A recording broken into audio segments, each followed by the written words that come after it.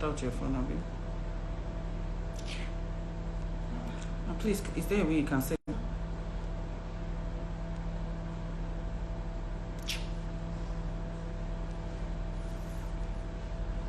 Hi everyone, I really am sorry. I have no idea what's going on with this internet. I'm so sorry.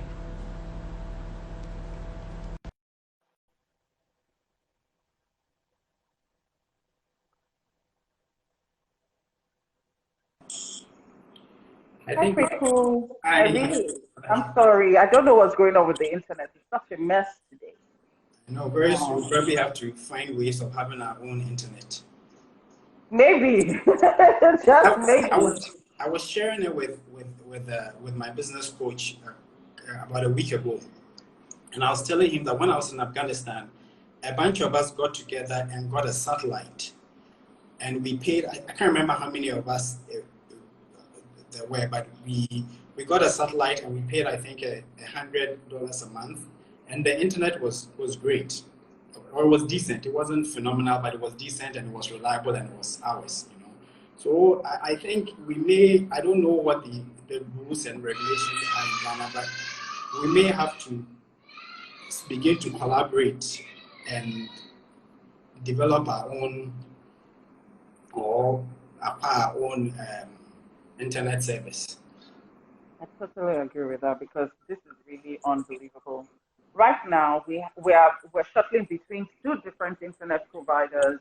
We have the ones that say they are fiber optics. We have these other ones that say they are mobile data situation satellite. At the end of the day, still, see what's going on. Yeah, and they're relatively expensive. I mean, because in the West somewhere you pay a fixed fee and you have really unlimited internet.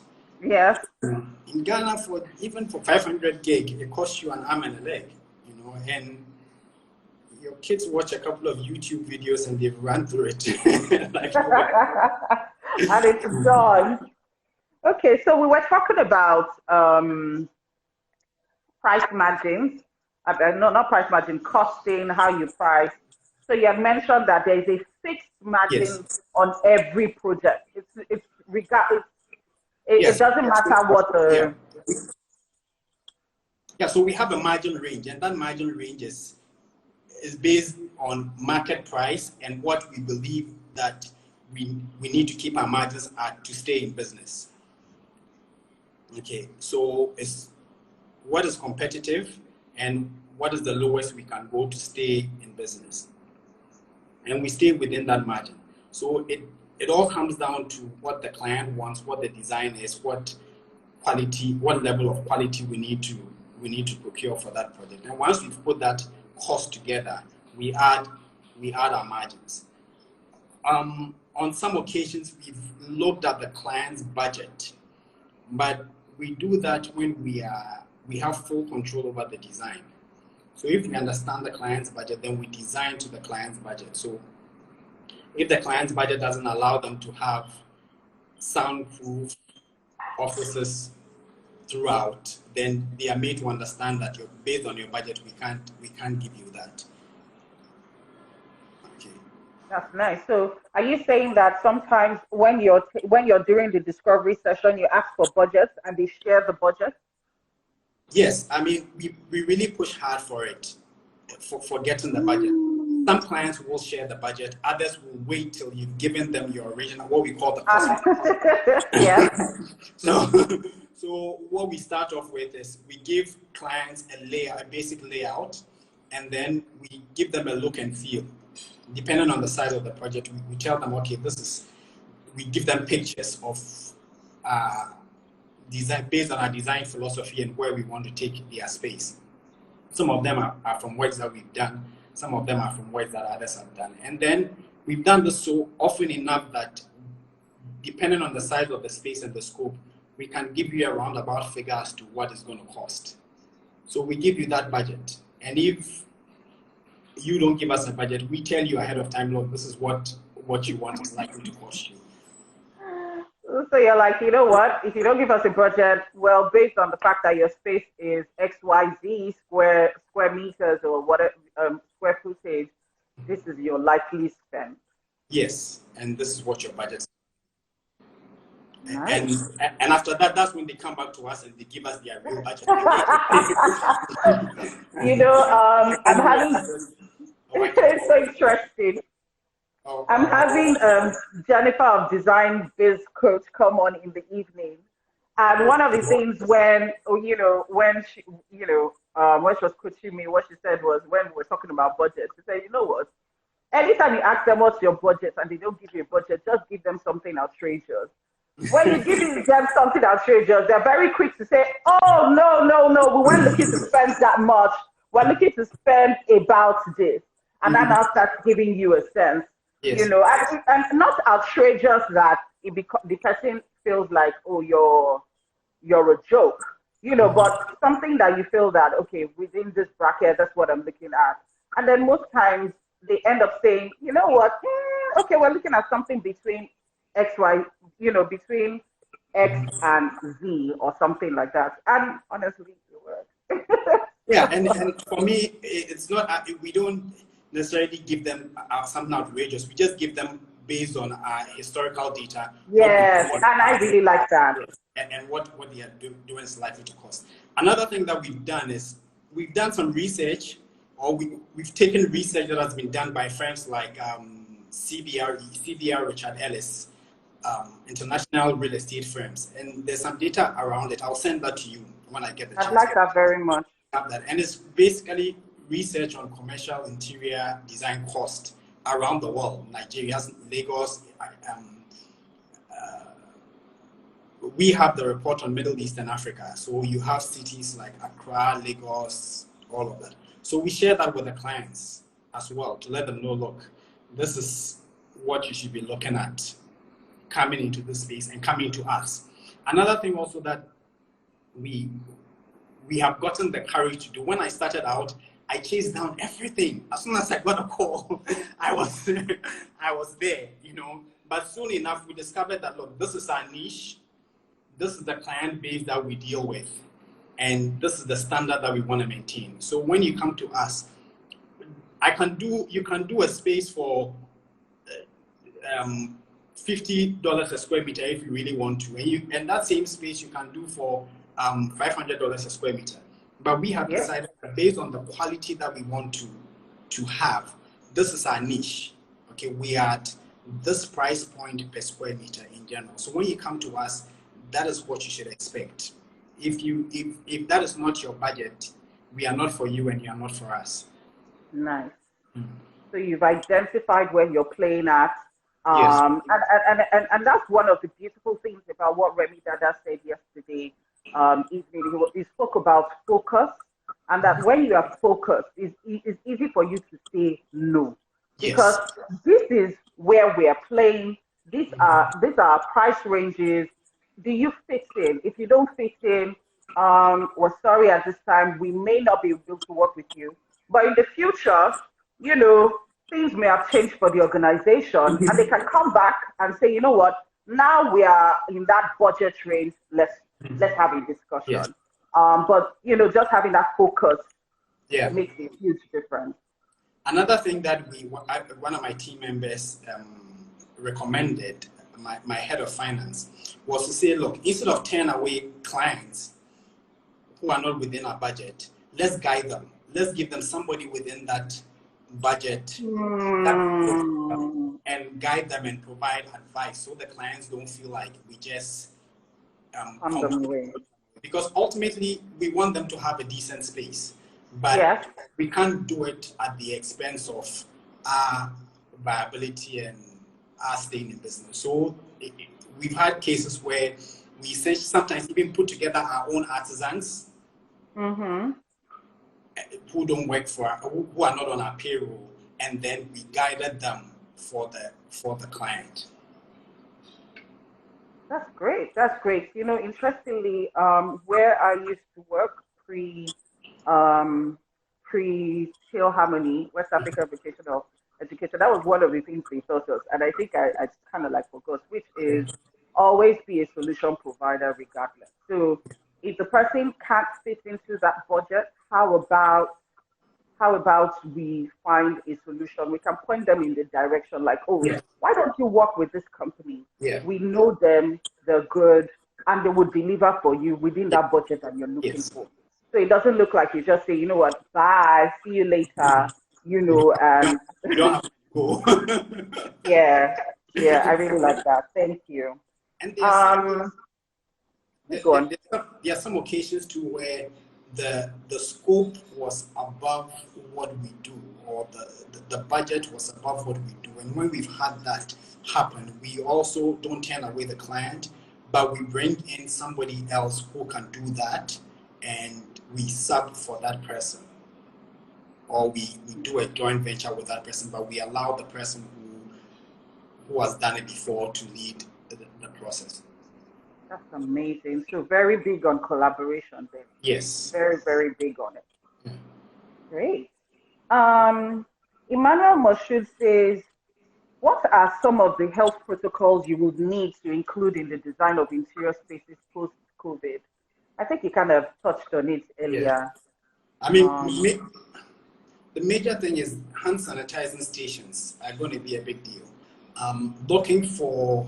Looking at antimicrobial surfaces, paints, okay, reducing the number of surfaces that are touched, understanding the surfaces that will be touched often, and looking at how you treat those surfaces. So we need to start looking at all the spaces that we design as hospital spaces, quote unquote. So we need to take, because some of these protocols already exist, but they exist for labs and hospitals and mostly spaces within the healthcare industry, food production, etc., etc. So we need to dig into that and adopt some of those things for day-to-day, for our commercial, everyday workspaces. That's brilliant. That's brilliant. I like that. Okay, so yummy fast. Hamna Beleva says, what are your process for monitoring and ensuring effective and efficiency during the lockdown? So please, let's remember that you guys are not on lockdown anymore. But you've what's the word now? You've chosen Yes. to stay locked down. Not to stay locked down. But Ghana is done with the lockdown right now. Yes. But I think his question is, what are the processes you use to monitor and ensure effectiveness and efficiency while the lockdown was on? I mean, for this to work, you have to have a trustworthy team, and I trust my team. My team they are zealous. They understand the vision. They've bought into it, and they want to see things done.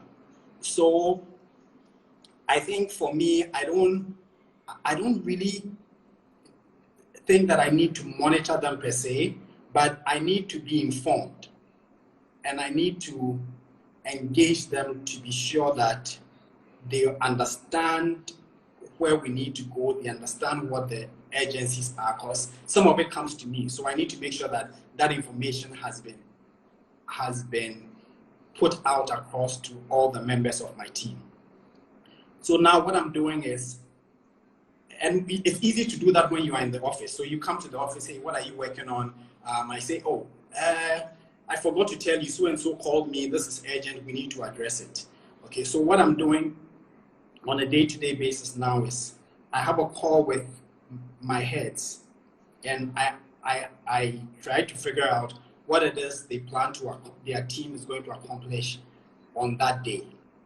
And the reason for this now is so that we are in sync about what is a priority and what is urgent, what is important, and we are tackling those, because all the information can't sit in my head. I also need to get feedback from them as to what they have done or what they think or know to be urgent and a priority.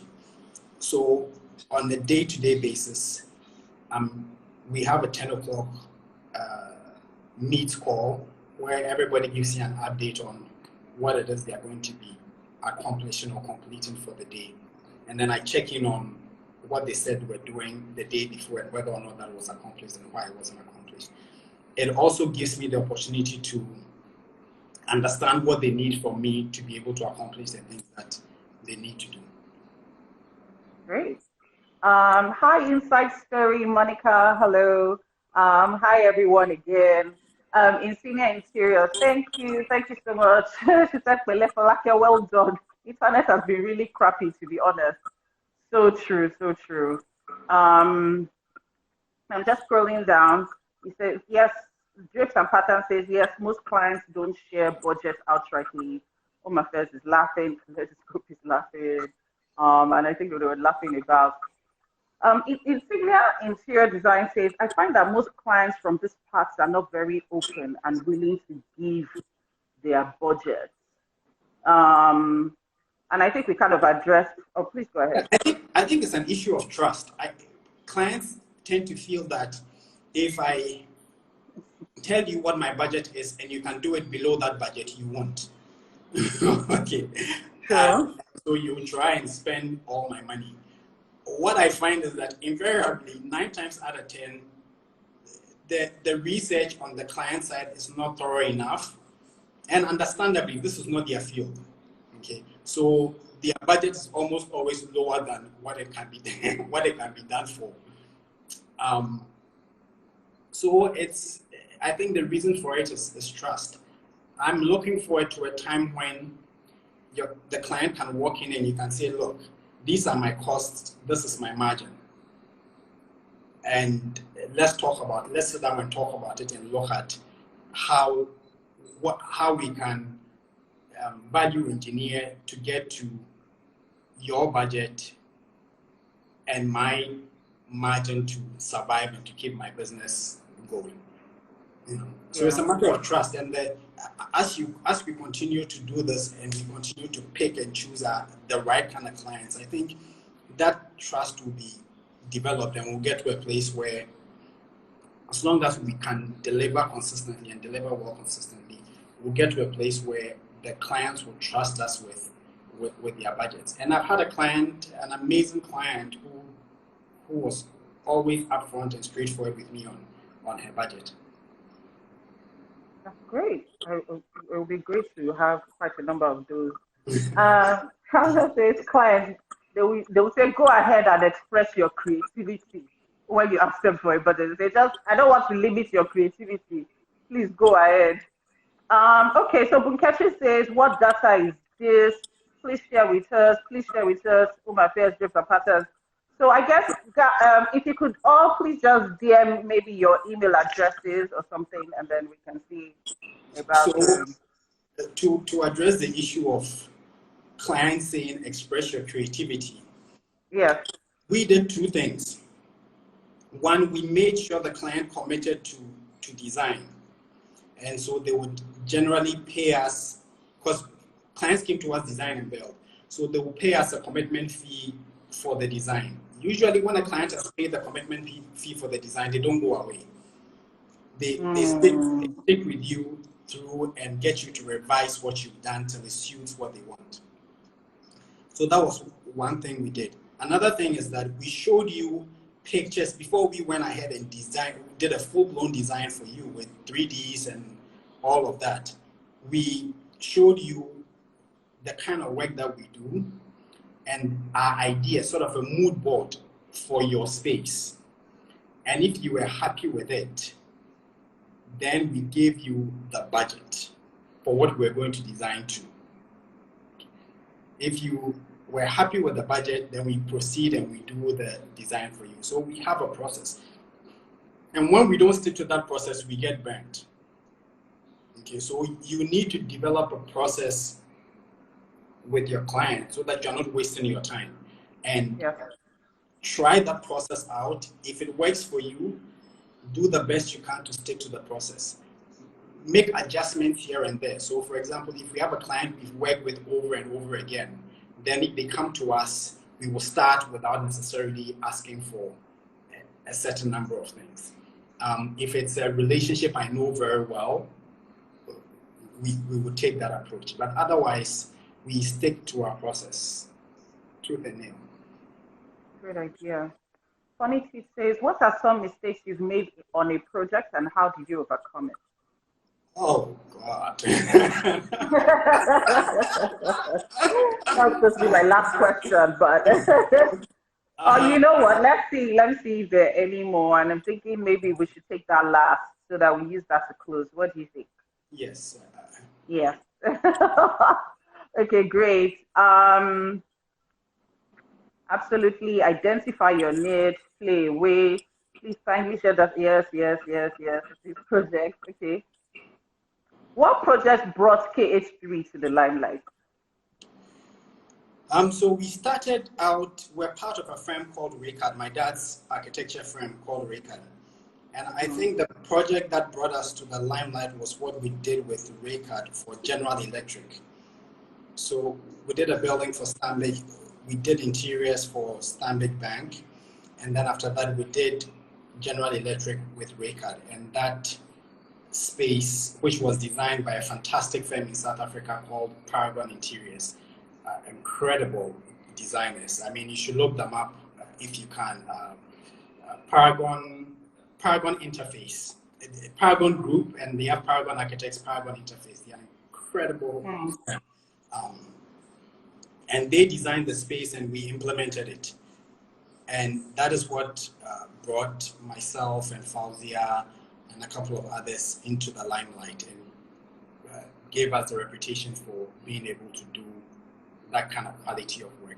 And then after that, working with another South African firm called Leromo, we designed and implemented for Nestle Central and West Africa.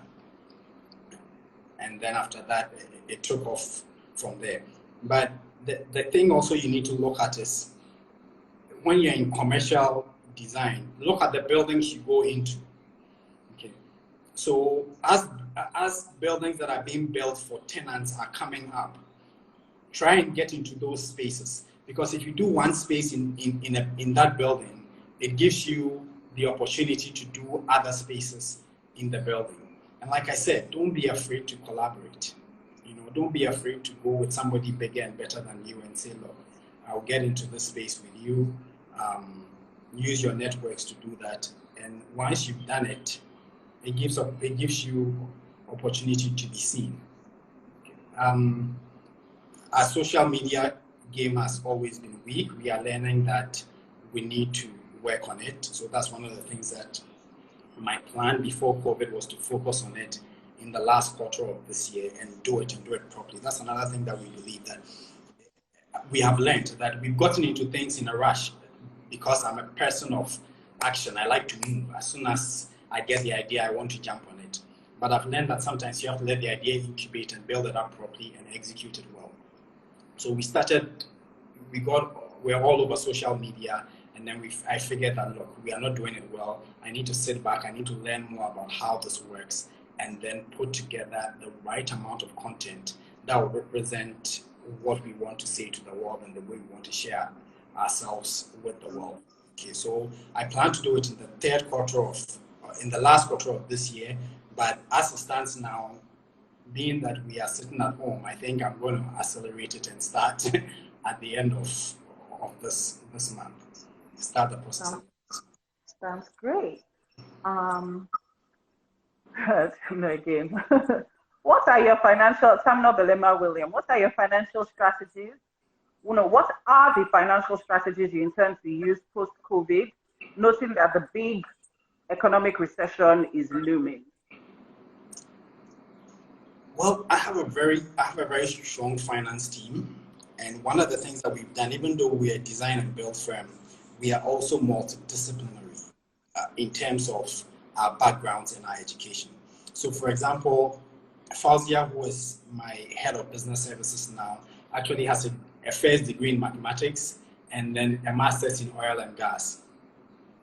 My head of finance has a first degree in marketing and a master's in finance, rightly so. So I have a graduate in economics in the office, project management,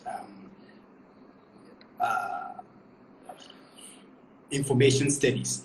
So we have designers, people who are trained as designers, we have people who are trained as project managers construction professionals, but we also have a multidisciplinary team.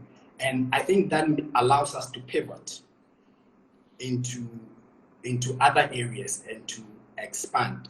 So that is essentially the strategy we are looking at moving forward, is what other areas can we pivot into? Because our vision says that we will be the standard of business excellence. It doesn't say we'll be the standard of business excellence in interior design. So if and the whole purpose of it is to set that business standard in Africa, that African way of working that will be a standard for the world. So if in doing that we have to go sell car ties or fire extinguishers, so be it. And I think we need to be able to adapt and evolve to do that. Everybody has their vision. I understand what mine is. So the financial strategy is linked to the vision ultimately. Like I was saying, I have a very strong finance team, and I depend on them to tell me what the priorities are, what the priorities should be with regards to spending. We are holding on to cash as much as we can. We are collecting what is owed us aggressively, and we are crossing out, we are taking pen and paper and crossing out everything that is not essential. Okay, so whatever it is that we can get rid of, we are getting rid of. And we want to also focus our spend on learning and the safety and the health of our team. So we are cutting out all the frivolous stuff. And I think the tendency people is in times like this is not to invest. We want to stay very disciplined about investing and consistent with it. I don't know if I answered the question, but I think I did. Okay. I think you did very well. I really, really like what you said, especially, having the finance team be the ones to advise on best areas to go, and then crossing out non-essential. Okay, Insignia Interior says, I'm looking forward to that time too, where we can be transparent. I agree. Thanks, Kweku. Commitment fee is more than the key.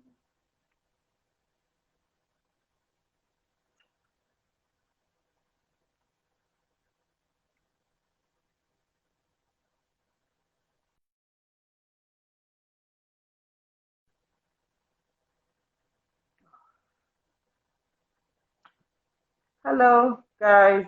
Sorry, this internet is such a mess today.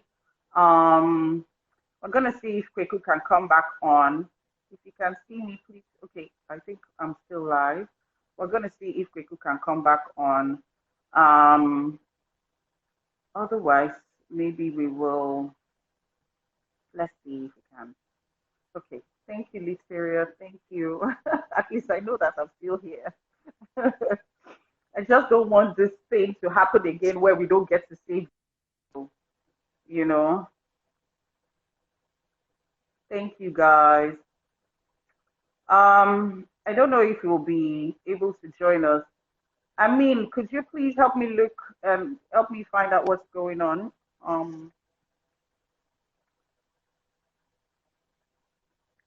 But it's just even amazing just seeing another perspective on it. I really like the idea of the cost margin as well, having margins fixed. And if it's a cost margin, that means you're talking percentages. And so regardless of whether the client is even if you're being sympathetic or whatever it is, it should not be that at the end of the day, your cost margins are affected. I really, really like that. And then the finance question was really good. Coming out of this post-COVID, it does make a lot of sense for us to start thinking carefully about how money is being spent and what money is being put towards, I don't know what's going on. I'm not sure, but the internet has really been very funny today. We'll see if he's still gonna come on any minute now. Ah, yes, he's back.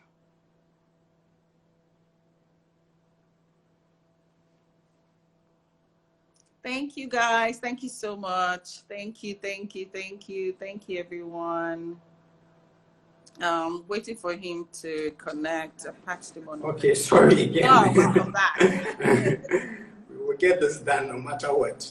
Yeah. I'm just happy that at least the thing stayed, so we can get to save the video. Okay. People that are not able to meet the live session.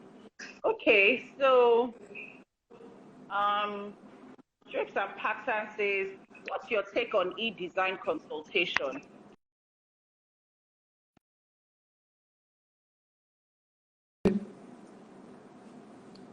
Sorry, what's my take on what e-design consultation?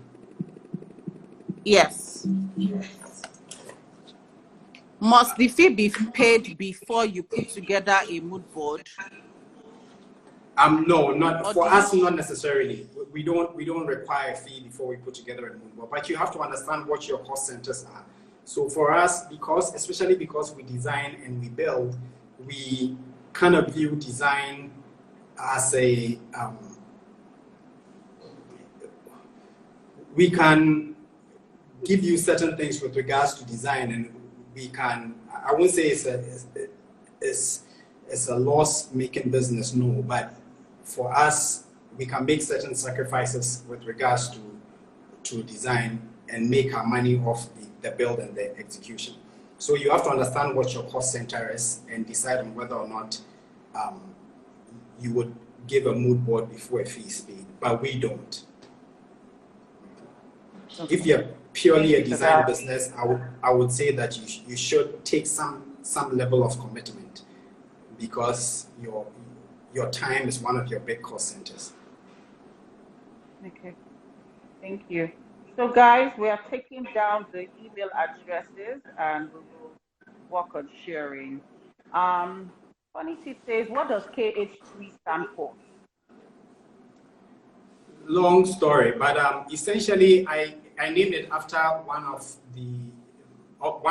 the units in one of my units in the army, the last unit that I spent time in, and the nickname for the unit was the Nighthawks, and so it's Nighthawk 3, and 3 is for operations or projects implementation, and because we started out purely as a project management firm, it was KH3.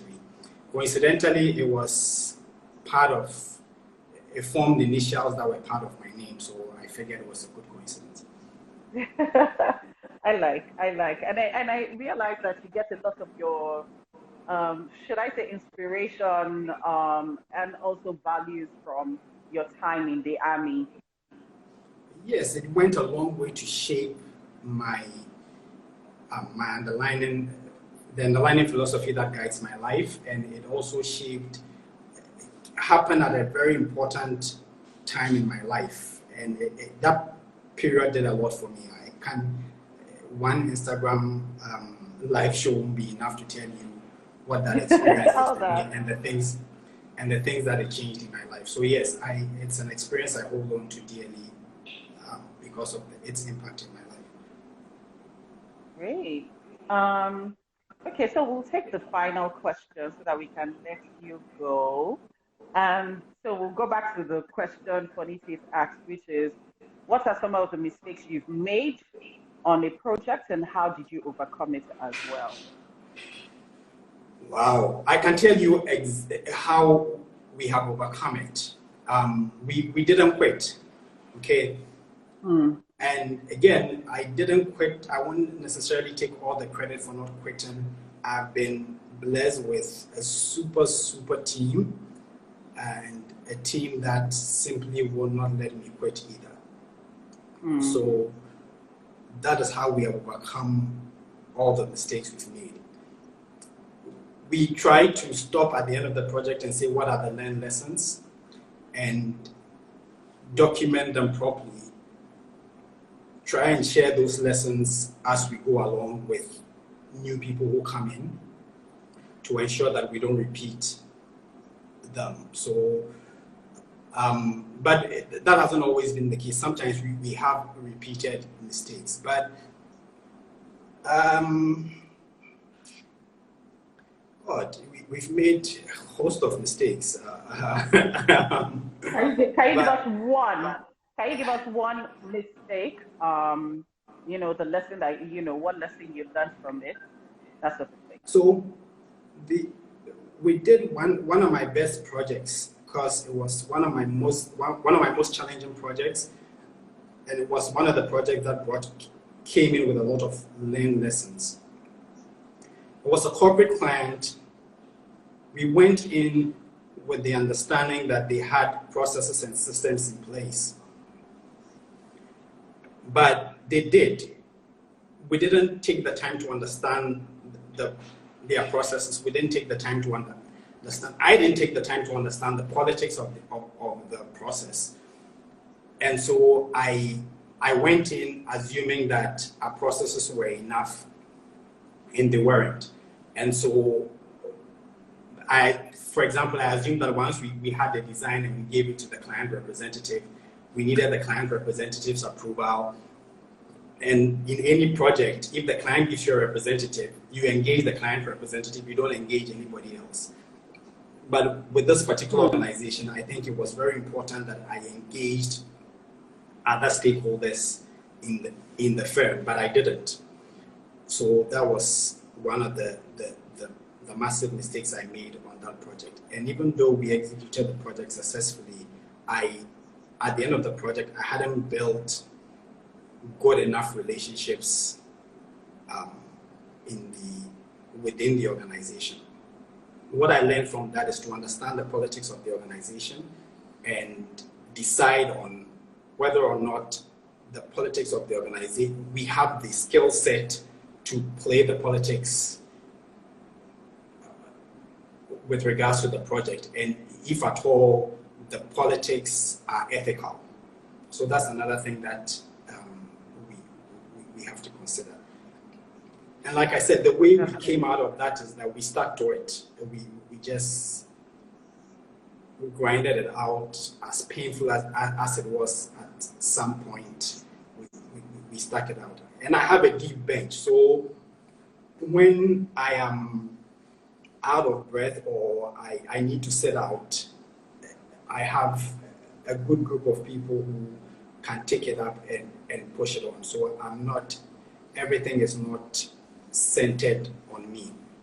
You know, that's another thing that we have learned quickly, and we are trying to more and more take me out of the center and to make sure that project by project, whatever team member or whatever head has that project, that head becomes the center of the project with the support team around them, and not, it doesn't have to be me. That's amazing, because the truth is it can get very overwhelming, especially if it's centered around you and everybody wants to have a meeting with you. Yes. You know, you're working on maybe 10 projects at the same time, and all 10 clients are saying, where is Kweku? No, I want to see Kweku. It has to be Kweku. It definitely will slow down the growth of an organization. So that's really great. And then I really like what you said about the politics, you know, and I think that's something that is facing commercial projects quite a number of times, is the person that maybe puts in charge of interacting on the design and everything may not be a key decision maker. Yes. And so it's very easy to assume that, oh, you know, this person gets it, we're good. Whereas the key decision makers, the person is more like a get the job done, you know. And so it's very important to understand that politics and stay, you know. And even with that, you have to be very careful, because if you have the person who is who you've been given to engage, and they are not a decision maker. They can't make final decisions. You have to be careful how you bypass them to the key decision maker. Yeah. And so you have to find a way to make sure that when you engage in the key decision maker, they are present, and you are not presenting anything to the key decision maker that they don't know about or you haven't discussed with them. But when you have a client rep who can't make decisions, it's important that you drag them along to who can make decisions and get your decisions made very quickly and be effective. Absolutely. And on that note, thank you very much for taking out the time to do this. We really appreciate you. I just want to read some of the comments before we go. Okay, so there's great. I agree, being dynamic with client costing. Samuel Belema says, I've always admired the army. And someone responds, Felicity says you can still join the Nigerian army. The army is referring to the U.S. Army, by the way. So also note that. Jason Pattern says stakeholder management is key. Funny Teeth says stakeholders are very important in the game. Design politics. Someone sending you lots of, hearts and love. And this Thank is you. so amazing. Design. So Samuel Belema says, funny Teeth, design politics, a new field to explore. I think there's very little information about this. Even design education doesn't cover this, and that's very true. So they teach you the art of it, but there's so many things that you don't get taught until you're live on the field and you get burnt once or twice. I agree. Thank you so much, KH3. Very insightful. Moses' arm is clapping for you. Omaka Mysterious says wisdom. Moses Alma says my director is deep. And it says thanks Kweku and Folakemi. Thank you so much, Mr. KH3 and Mrs. Folakemi. Oh, thank you guys. It's Miss, by the way. Utrix profile says motivated team is very essential. Ray Onuma says very insightful. Well done, Kweku. Bolaji says great talk. Thank you so much, KH3. This is from Jamie D. And Omar Fair says thank you so much. This has been very insightful and informative. Litiria says I joined late but was able to get something. Invest in making copies of yourself in others. Wow, that's very well put. Thank you, Litiria. Regarding like says, thank you. Paradinia Pro says, giving you hands up. And on that note, thank you guys so much. Thank you, thank you, thank you. Thank you very much, Folakemi, for doing this. Oh, you're welcome. All right, have a wonderful day and keep in touch. Yes, I will. And guys, see you at 6 p.m. today. We'll have Jennifer. Jennifer is the Design Breeze coach, and she will be sharing and talking to us again on, the design of business and things that we need to put in place going forward. So see you at 6 p.m. Bye, everyone. Thank you. Bye, Kweku.